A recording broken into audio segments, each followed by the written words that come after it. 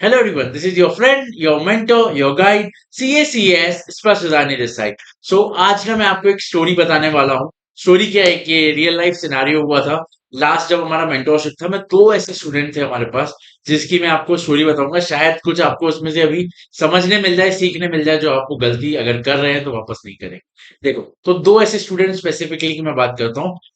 एक जो स्टूडेंट थी मेरी, she was very brilliant academically. बस उसको टीटी को लेके बहुत डाउट रहते थे, सेल्फ डाउट रहता था मन में कि इतने कम टाइम में मैंने किया है तो शायद अच्छे से नहीं हुआ है, या वट एवर द थिंग में बी. बट इवन एग्जाम के एक दिन पहले तक आई वाज लाइक, नहीं, यू हैव प्रिपेयर्ड योरसेल्फ, बाकी पेपर्स अच्छे गए हैं, you are going to clear it. But somehow वो टीटी में उनका फियर वो हमेशा था ही. Even in the paper she was like anxious and feared. तो उसके बाद ये एक स्टूडेंट हो गए. सेकंड स्टूडेंट एक थे मेरे जो he is a chartered accountant now.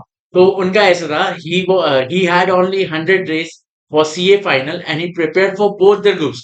He was saying like he has to prove someone that he could clear CA in 100 days or something. He has to prove someone to that.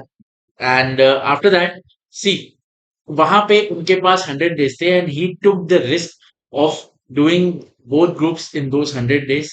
और एक mindset था कि yeah, I have to prove them, I have to clear it anyhow. And the other person, which she was academically much, what can I say, much proficient, much better than him, but still she was in self doubt regarding the DT subject. And the results came. She cleared group one, but somehow she failed in DT. She got 34, or I guess 34 or 35 marks in DT, and got exemption in elective paper, but she didn't clear the group two. And not so surprisingly, the boy, who is now a chartered accountant, cleared the exam, both groups in 100.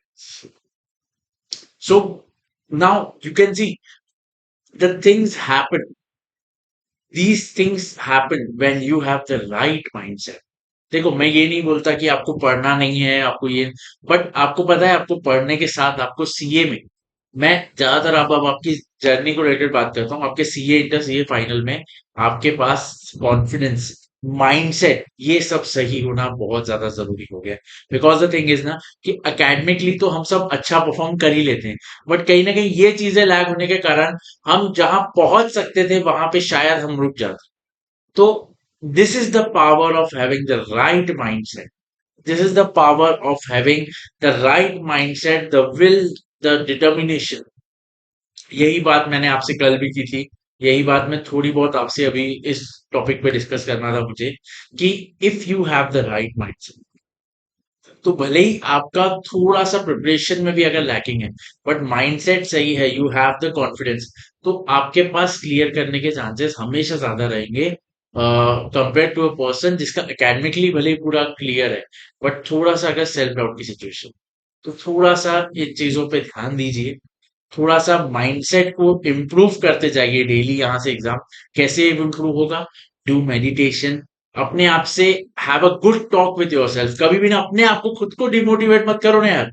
बाकी लोग हैं ना उस चीज के लिए तुमको demotivate करने के लिए. तुम खुद ही अपने आप को डिमोटिवेट करना चालू कर दे रहे, मुझसे तो होगा ही नहीं, इतना सिलेबस तो मैं कर ही नहीं सकता इतनी जल्दी, दो ग्रुप तो दे ही नहीं सकता. तो खुद को डिमोटिवेट मत करो, उसके लिए बाकी लोगों को मौका दो. तुम खुद को हमेशा मोटिवेटेड फील करवाओ, अच्छा फील करवाओ. अपने तारीफ करो जब कुछ अच्छा कर रहे हो, तो अपनी सेल्फ प्रेस करो, ना कि सेल्फ लोडिंग करो. ठीक है, तो थोड़ा सा ये चीजों पे ध्यान दो. बाकी आप तो सब पढ़ाई कर ही रहे हैं बहुत अच्छे तरीके से. मैं देख रहा हूँ our challenge, the 60 hard challenge is going very good. काफी स्टूडेंट्स में देख रहा हूँ बहुत अच्छा परफॉर्म कर रहे हो उसमें, and I am very happy from that. So yeah, on this note, bye bye, take care. बहुत अच्छे से मेहनत कीजिए, and always try to give your 100% every day. Bye bye, take care.